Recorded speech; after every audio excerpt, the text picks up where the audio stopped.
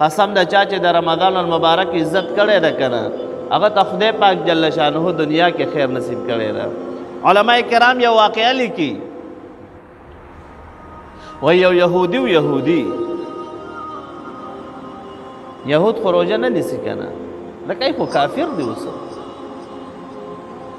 نو د مسلمانانو روژه وه او د یهودي زوی و هغه د مسلمانانو په وړاندې باندې په بازار کې خوراک کولو. د مسلمانانو روژه وه او هغه د یهودي زوی هغه لګیا خوراک یې کولو.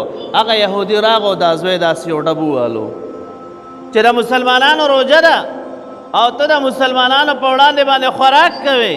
هغه یهودي د مسلمانانو د روژې قدر وکړو.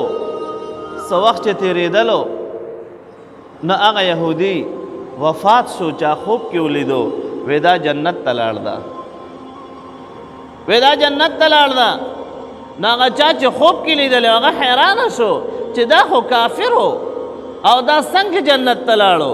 جنت ته الله پاک جل جلاله فرمایي کافر تر هغې پورې جنت ته نشي تللی حتی یلج الجمل فی سم الخیاط، تر دې پورې چې د ستنې په سوري کې د اوښ دا سټ نه ننوځي. دا تمامې دنیا ساینسدانان چې راولي نه ستنې سوري کې به د اوښ دا سټ نه نکي کله او حاشا داسې نشي کیدی. څومره به یې نری کي نشي نری کولی نشي کولاوېدلی. الله پاک جل جلاله فرمایي تر څنګه چې د ستنې په دې سیم کې انرې سروې د هغې کې د اوښ سټ نشي ننوتلی دکه رنګې تر هغې پورې کافر جنت ته نشي تللی. معنا څه؟ یعنې کافر به جنت ته نه دی.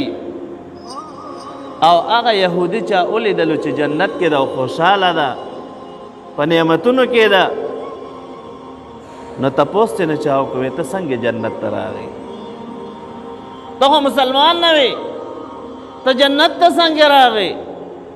هغه یهودي ورته وایي وی قسم د ما چې د مسلمانانو د هغه رمضان المبارک احترام کړی ده، خپل بچې مې زورلی ده او دا مې ورته ویلي دي چې د مسلمانانو د روژې قدر وکړه. د مسلمانانو روژه ده او ته د هغوی په وړاندې خوراک کوې. وی د هغې شپې نه ما ته الله پاک جل جلاله ایمان نصیب کړی ده، ما ته الله پاک جل جلاله ایمان نصیب کړی ده. قسم د یو یهودي وخه د رمضان المبارک قدر کړی په خپله روژه نه ده نیولي،